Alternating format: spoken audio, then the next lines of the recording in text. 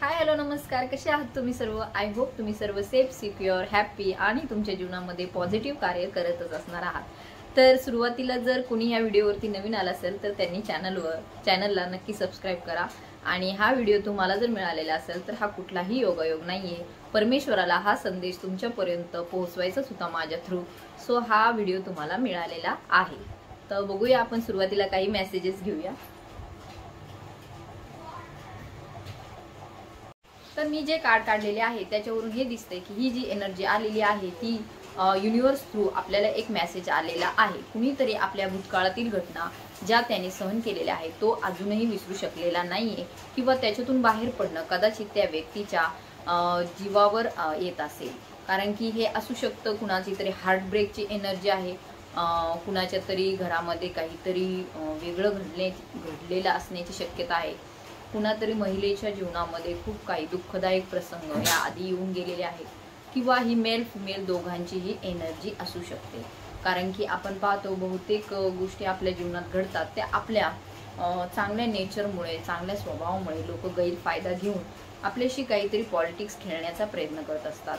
So त्यांचं जे हे पॉलिटिक्स झालेलं आहे प्रत्येकाच्या जीवनामध्ये ज्यांच्या, तर त्यांची एनर्जी येथे आज पीक झालेली आहे. सो युनिव्हर्स थ्रू त्यांना काय काय संदेश मिळालेले आहेत ते मी कार्ड शफल केलेले आहेत, तो ते आपण एक एक बघूया. तर पहिलेच कार्ड आलं होतं सोर्सचं. सोर्स म्हणजे हा जो आपल्याला मेसेज मिळालेला आहे तो युनिव्हर्स थ्रू आपल्याला मिळालेला आहे. प्रत्येकाच्या जीवनामध्ये घटना घडतात, काही गोष्टी असतात ज्या सोडून देणं किंवा विसरणं एवढंही शक्य नसतं. कारण की काही व्यक्ती आपल्या आयुष्यात येतात, काही घटना आपल्या आयुष्यात येतात, त्या आपल्या मनावरती कुठंतरी दूरपर्यंत आघात करून जातात.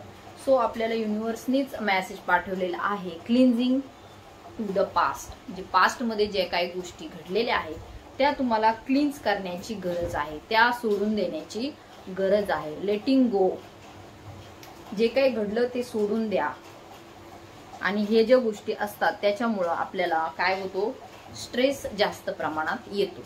सध्याची जी घटना तुमच्या आयुष्यामध्ये घडलेली असेल, कदाचित ती 1 वर्षापूर्वी किंवा सध्या 1-2 महिन्यापूर्वी किंवा नजीकच्याच काळात, अलीकडच्या काळात घडलेली असू शकते किंवा खूप दिवसांपूर्वीची सुद्धा ही घटना असू शकते. तर त्या गोष्टीचा स्ट्रेस आजपर्यंतही तुमच्या मनावर तितकाच आहे. सो कुठला हार्टब्रेक असेल किंवा कुठली तरी दुःखदायक घटना आपल्यासोबत झालेली असेल तर ते सोडून देण्यासाठी आपल्याला युनिव्हर्स गाईड करत आहे. कारण की त्याचं गिल्ट आपण आजपर्यंतही आपल्या मनामध्ये ठेवलेले आहे. सो ते आपल्याला लेट गो करण्यासाठी युनिव्हर्स गायडन्स देत आहे. तर स्वतःविषयी कंजूस विचार करू नका, कारण की तुम्ही जे आहात त्यापेक्षाही खूप काहीतरी चांगलं तुम्ही आयुष्यामध्ये मिळवण्याचे हक्कदार आहात. कारण की आताची जी परिस्थिती आहे ती कदाचित थोडीशी निगेटिव्ह असली तरी भविष्यामध्ये जे काही तुम्ही करू शकता, तुमच्या जीवनातील जे काही रहस्य आहे अनेक जे तुम्ही उलगडू शकता, त्यावरती तुम्ही आता शंका नका उपस्थित करू. कारण भविष्यामध्ये खूप काही गोष्टी चांगल्या घडणार आहेत. बघा, रिपनेस, आपण जे झाडं लावतो त्याची गोड फळं आपल्याला भविष्यामध्ये नक्कीच चाखायला मिळतात, परंतु त्यासाठी आज काहीतरी करण्याची गरज असते. सो आपण सतत निगेटिव्ह विचार करत राहिलो तो पॉझिटिव्ह विचार करून पुढे भविष्यात काही चांगल्या गोष्टी घडतील याची अपेक्षा आपण आज नाही ठेवू शकत. सो आज आपल्याला काही पॉझिटिव्ह कार्य करायचे आहे. सो उद्या जाऊन आपल्याला त्याचे गोड फळं आपल्याला त्याचे चाखता येतील किंवा आपल्या येणाऱ्या पिढीसाठी सुद्धा हे महत्वाचं असणार आहे. आपण पाहतो आपल्याला रिसेप्टिव्ह मोडमध्ये राहायचं आहे. प्रत्येक जण युनिव्हर्स कडून, देवाकडून, परमेश्वराकडून काही ना काहीतरी मागत असतो, परंतु ते मागत असताना कुठेतरी मनामध्ये एक शंका कुशंका त्यांच्या असते की माझी ही गोष्ट होईल का नाही, मला परमेश्वर देईल का नाही, मी त्या पात्रतेचा आहे का नाही.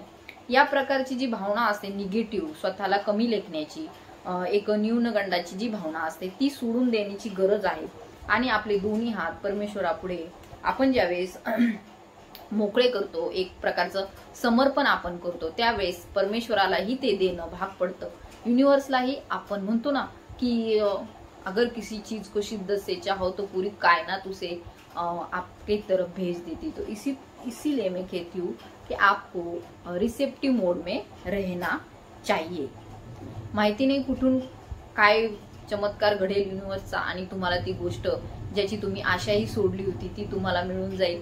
सो नेहमी समर्पित भावनेने राहा, परमेश्वराशी निगडीत राहा युनिव्हर्सची प्रार्थना करत राहा. तुमच्या प्रार्थनेला एक ना एक दिवस यश नक्कीच येणार आहे.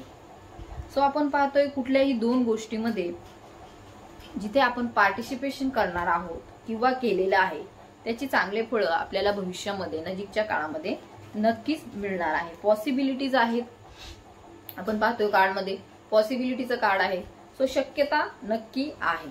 तो दोन ज्या गोष्टी आहेत त्याच्यामध्ये मॉरल ठेवायचं आहे. कुठली चांगली आहे कुठली वाईट आहे ह्याच्यात आपल्याला निवड करायची आहे आणि योग्य त्या निर्णयापर्यंत आपल्याला स्वतःला घेऊन जायचं आहे. तर साधेपणाने राहा. कुठल्याही गोष्टीचा आपण म्हणतो ना देखावा करू नका. जे तुमच्याकडे आहे त्यातच समाधानी राहा, कारण की तेच खरं आयुष्याचं गमक असतं. कुठलीही गोष्ट वाढवून साढवून किंवा कुणी जर सांगत असेल तर त्यांच्याकडे दुर्लक्ष करा, कारण की आपल्याला परमेश्वरही सांगतो साधं सिंपल आयुष्य जगा, त्याच्यातच आपल्या आयुष्याचं कल्याण येथे दिसून येत आहे. सो स्ट्रेस घेऊ नका.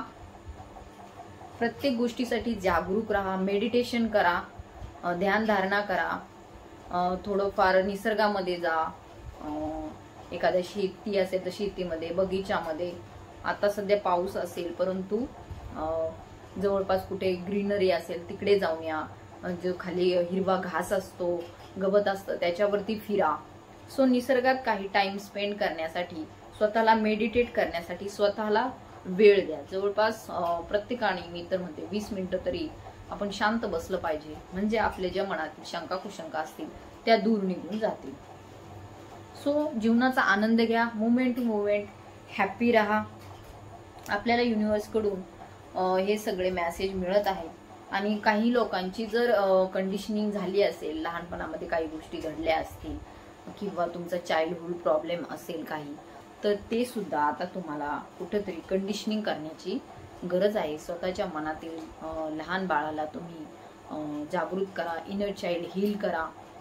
जे काही गोष्टी घडल्या त्यासाठी त्याला दोष देऊ नका. तुमच्या आतमध्ये, जसं प्रत्येकाच्या आतमध्ये एक लहान मूल असतं तसं तुमच्याही आतमध्ये आहे. त्याला सांभाळा. त्याच्याशी 2 शब्द मेडिटेट करा, बोला. म्हणजेच त्याची कंडिशनिंग करण्याची तुम्हाला गरज आहे. सो भविष्यामध्ये तुम्हाला नक्कीच याचे चांगले परिणाम दिसून येतील. सो निगेटिव्हिटी सोडा. काही मोठा ब्रेक थ्रू येणार आहे. आत्ताचा सध्याचा जो काळ चालू आहे त्याच्यामधून काहीतरी ब्रेक थ्रू येणार आहे. कुणाला तरी कशा तरी बाबतीत सक्सेस मिळू शकतं. जॉबच्या संदर्भात, फॅमिली रिलेटेड, काही लव्ह रिलेटेड किंवा कुठल्या तरी प्रकारची स्कीम, ह्याच्यामध्ये तुम्हाला फायदा होऊ शकतो. तर कुठला तरी ब्रेक थ्रू नक्कीच येत्या काळामध्ये येणार आहे. सो रिसेप्टिव्ह मोडमध्ये राहा. पास्टला लेटिंग गो करा. त्यानंतर कुठलाही गिल्ट मनामध्ये घेऊ नका. तसंच मागच्या ज्या गोष्टी झालेल्या आहेत त्यांना क्लीन्स करा. त्या जाऊ द्या. आता लेटिंग गो करा. स्ट्रेस घेणं गरजेचं नाहीये. सो नो नथिंगनेसच्या भावनेमध्ये राहा. म्हणजे सध्याच्या ज्या वर्तमान स्थितीमध्ये आहे त्याच्यामध्ये राहण्याची गरज आहे. भूतकाळ सोडून द्या. भविष्य काळाचा जास्त विचार करू नका. सध्या वर्तमान काळामध्ये आपल्याला काय करता येऊ शकतं ह्याची काळजी करण्याची आपल्याला गरज नाहीये, कारण की आपण जे कार्य करतो त्यातूनच आपलं भविष्यही घडत असतं आणि आपला भूतकाळही मिटत असतो. सो मागच्या गोष्टींकडे जास्त लक्ष देऊ नका.